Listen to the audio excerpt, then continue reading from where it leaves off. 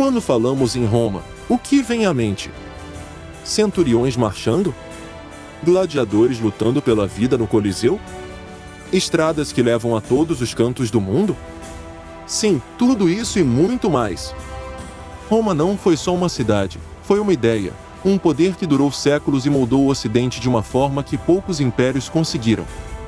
Mas como uma pequena vila à beira do rio Tibre se tornou o maior colosso da antiguidade?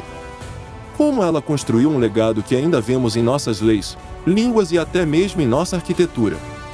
Prepare-se para uma jornada épica. Hoje, vamos mergulhar na chocante e incrível história do Império Romano, uma civilização que realmente conquistou o mundo e deixou uma marca eterna. Antes de mergulharmos nos acontecimentos que moldaram o mundo, inscreva-se no canal, curta este vídeo e ative o sininho.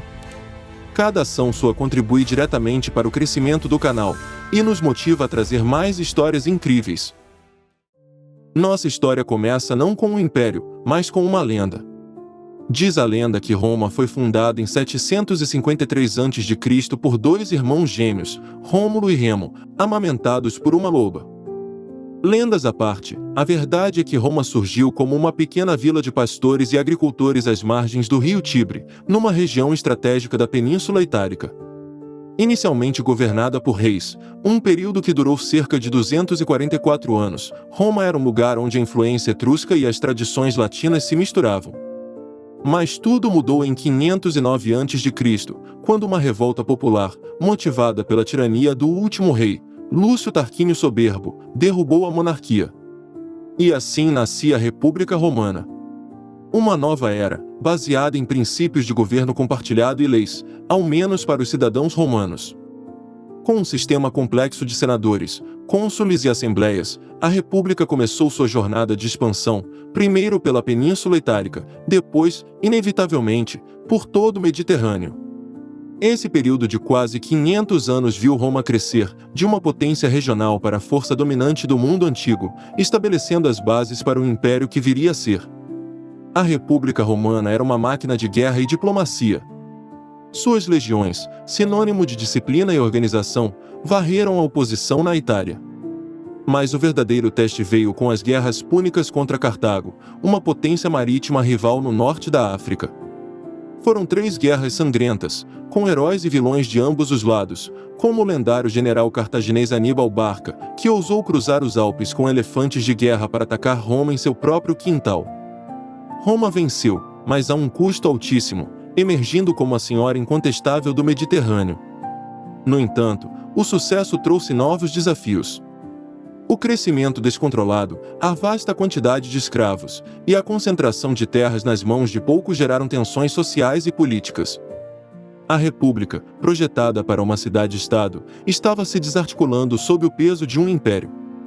Foi nesse cenário de crise que surgiram figuras ambiciosas e carismáticas, como Júlio César. Um gênio militar e político, César conquistou a Gália, expandiu as fronteiras de Roma e se tornou imensamente popular. Sua rivalidade com Pompeu e o famoso ato de cruzar o Rubicão, uma declaração de guerra civil, marcaram o fim da República. Após anos de conflitos internos, seu sucessor e filho adotivo, Otaviano, emergiu vitorioso, consolidando seu poder. Em 27 a.C., Otaviano foi proclamado Augusto pelo Senado, inaugurando uma nova era, o Império Romano.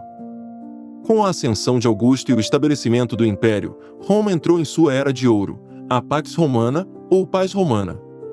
Por cerca de 200 anos, o Império viveu um período de relativa paz e prosperidade sem precedentes. As legiões romanas, em vez de expandir constantemente, focaram em proteger as vastas fronteiras, garantindo a segurança das rotas comerciais e permitindo que as cidades florescessem. Roma se tornou um centro urbano grandioso, com aquedutos que levavam água fresca, termas públicas luxuosas, fóruns agitados e anfiteatros imponentes. A rede de estradas romanas, muitas ainda visíveis hoje, conectava cada canto do império, facilitando o comércio, a comunicação e o movimento das tropas. Mas como era a vida cotidiana para um romano comum? Para a elite, era uma vida de luxo, com vilas espaçosas, banquetes e tempo para lazer e filosofia. Para a maioria, era um dia a dia de trabalho árduo, seja nos campos, nas oficinas ou no comércio. No entanto, a vida na cidade oferecia entretenimento público, como as corridas de bigas no Circo Máximo e os jogos de gladiadores no Coliseu, espetáculos que mantinham a população entretida e controlada. A sociedade romana era complexa, com cidadãos, latinos, estrangeiros, e na base, os escravos, que desempenhavam um papel fundamental na economia. A cultura romana, por sua vez, assimilava e adaptava influências gregas, egípcias e de outros povos, criando um mosaico cultural único. Esse foi o período em que Roma consolidou sua identidade, exportando sua cultura, leis e engenharia para vastas regiões do mundo. Roma não foi construída em um dia, e seu impacto no mundo também não. Os romanos eram engenheiros brilhantes.